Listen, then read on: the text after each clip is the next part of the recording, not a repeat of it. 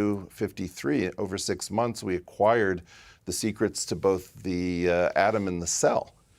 So with the first hydrogen bomb named Ivy Mike in the Pacific and Watson and Crick's elucidation of the double helix structure for nucleic acid, we became godlike in terms of our power. And as a result, we acquired for the first time, the ability to end the human project.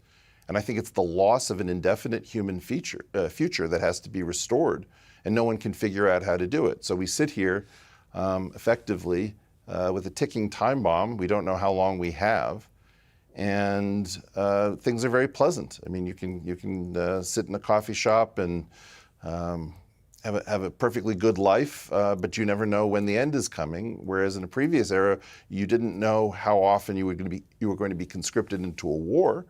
But on the other hand, there was no chance of humans extinguishing themselves. So I think you really have to broaden that concept. And I would agree with you in terms of the realized terror that has engulfed the world. In fact, most of it is potential terror.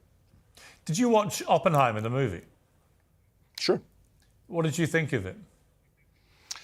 It's very tough. I don't think people remember that we have this power and that it was unleashed by science, and in particular, it was unleashed by effectively my former colleagues.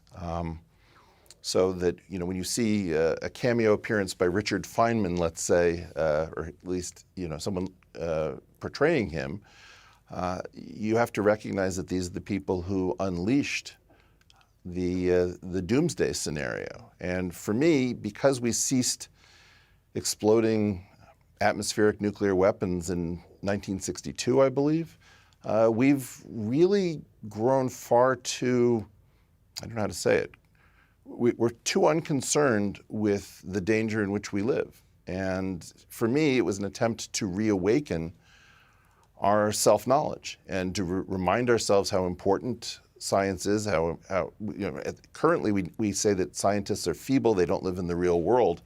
I promise you, you'll be living in their world for the rest of time.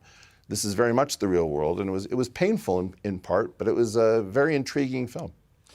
I mean, when Vladimir Putin rattles his nuclear saber, which he does regularly as a form of trying to intimidate the West in particular, do you think he means it? I mean, do you think anyone like Putin, who has 6,000 nuclear weapons at his disposal, is ever, I don't know whether the stupid isn't the right word, but is ever going to be in a position where he would want to start a war that would obliterate everything?